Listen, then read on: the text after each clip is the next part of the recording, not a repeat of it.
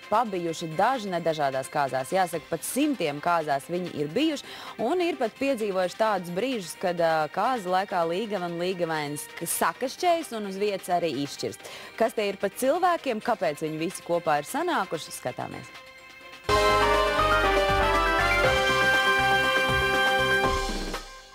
Dueta Tonija un Bonija muzikālā darbība aizsākusies jau pirms 30 gadiem, kad abi vēl studēja toreizējā mūzikas konservatorijā. Nu, dueta nospēlēto kāzu skaits sniedzas pāri 100. Duets stāsta, ka pienācīgās kāzās noteikti jābūt kāzu muzikantiem. Izrādās šī aroda pratēju Latvijā ir tik daudz, ka katrai blicē spēlējot vien 20 minūšu garu programmu, kāzu populārākos meldiņus iespējams rībināt līdz pat rīta saulei. Bet kādam tad jābūt īstam kāzu muzikantam? Foršiem, jautriem galvenais. Un forši jāspēlē, jāzina daudz dziesmas. Viņam jābūt gatavam uz visu patiesībā. Jābūt gatavam uz gan repertuāram, jābūt sagatavot ap kuram mirklim.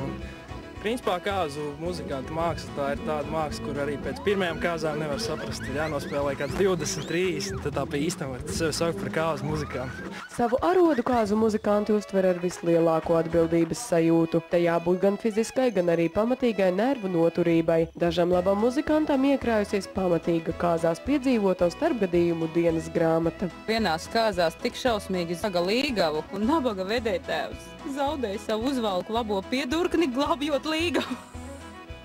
Diemžēl līgavu nozaga un visi bija tik šausmīgi pārkaitušies un bez mazliet sanāca tā, ka mēs esam tie vainīgi, jo mēs neesam laicīgi pamanījuši, ka nāk līgavas zagļi. Ir kāzas bijušas, ka līgavaini sakaujās.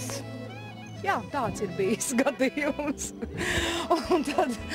un tad tā, ar to ar kāzas beidzās. Mums ir tā, ka mēs zinām, ka katrā pasākumā būs viens atvainojiet, turbo idiots, ja? Bet nu viņš ir, un tas ir neizbēgami, kas vienmēr nāk un uzplījās un lauž mikrofons tā tālāk, ja?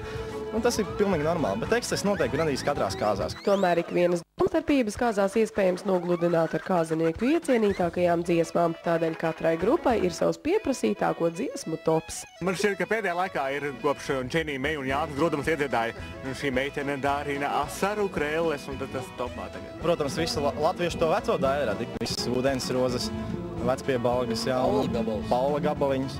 Bet nu gadās, precās jau jauni cilvēki, un jaunie cilvēki jau mīl to jauno mūziku.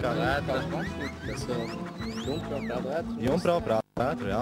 Projām, jā, patīk visiem ļoti arī tāds rock'n'roll ritmā, ja spēlē. Lai arī tagad ļaudis izvēlas pieticīgāku kāzu rīkošanu, tomēr kāzu muzikanti visu rokas klēpī salikuši nesēž. Un kā nu ne, spēlmaņiem par kāzinieku dancināšanu iespējams maciņu papildināt no 100 līdz pat 500 latiem. Anna Zalāne, Ilgars Friedenbergs, Tautas balss. Viens ir skaidrs, ka viss ir atkarīgs parasti kāzās no muzikantiem un tā pasākuma vadītāja. Tas viss gulstas uz viņiem, vai viss tur izdosies vai ne. Ja sakaujas līgavaini, ko muzikanti tādu izdarīja, vai ne? Nu tā ir, jā. Bet nu labi, nopietnas lietas. Mums ir ļoti